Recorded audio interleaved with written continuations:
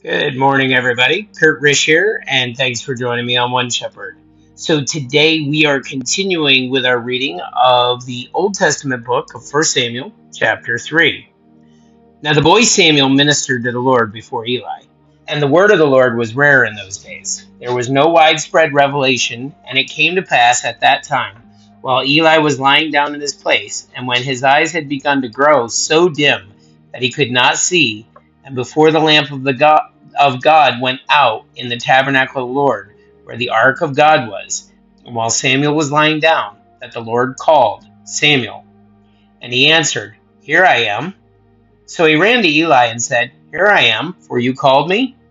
And he said, I did not call you. Lie down again. And he went and lay down. Then the Lord called again, Samuel. So Samuel arose and went to Eli and said, Here I am, for you called me? He answered, I did not call, my son. Lie down again. Now Samuel did not yet know the Lord, nor was the word of the Lord yet revealed to him. And the Lord called Samuel again, the third time.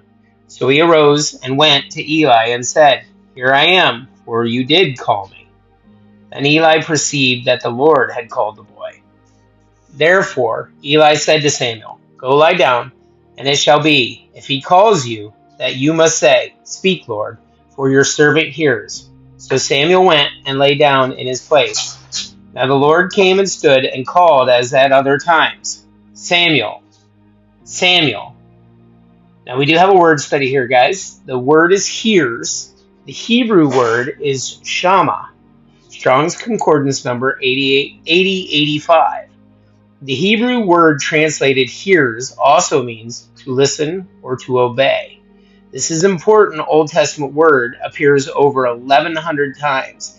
It implies that the listener is giving his or her total attention to the one who is speaking. In some cases, the word connotes more than listening and indicates obedience to what has been said. Abraham was blessed not only for hearing, but for obeying God's voice. Where the word is translated obey. In the present passage, Samuel is listening for God's word and is determined to obey it. The young man is an example of the kind of person God delights to use, one who is always ready to receive his word and follow it. All right, continuing with verse 10. And Samuel answered, Speak, for your servant hears.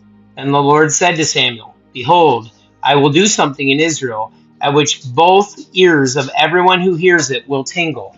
In that day I will perform against Eli all that I have spoken concerning his house from beginning to end.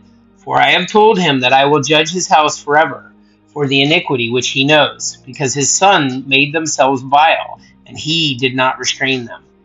And therefore I have sworn to the house of Eli that the iniquity of Eli's house shall not be atoned for by sacrifice or offering forever. So Samuel lay down until morning and opened the doors of the house of the Lord. And Samuel was afraid to tell Eli the vision. And Eli called Samuel and said, Samuel, my son. He answered, Here I am. And he said, What is the word that the Lord spoke to you? Please do not hide it from me. God do so to you, and more also if you hide anything from me of all the things that he said to you. Then Samuel told him everything and hid nothing from him. And he said, It is the Lord. Let him do what seems good to him. So Samuel grew, and the Lord was with him, and let none of his words fall to the ground. And all Israel from Dan to Beersheba knew that Samuel had been established as a prophet of the Lord. Then the Lord appeared again in Shiloh, for the Lord revealed himself to Samuel in Shiloh by the word of the Lord.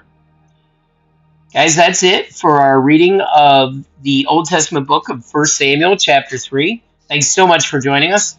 Be sure to like and subscribe below, and may you have a great day, and God bless.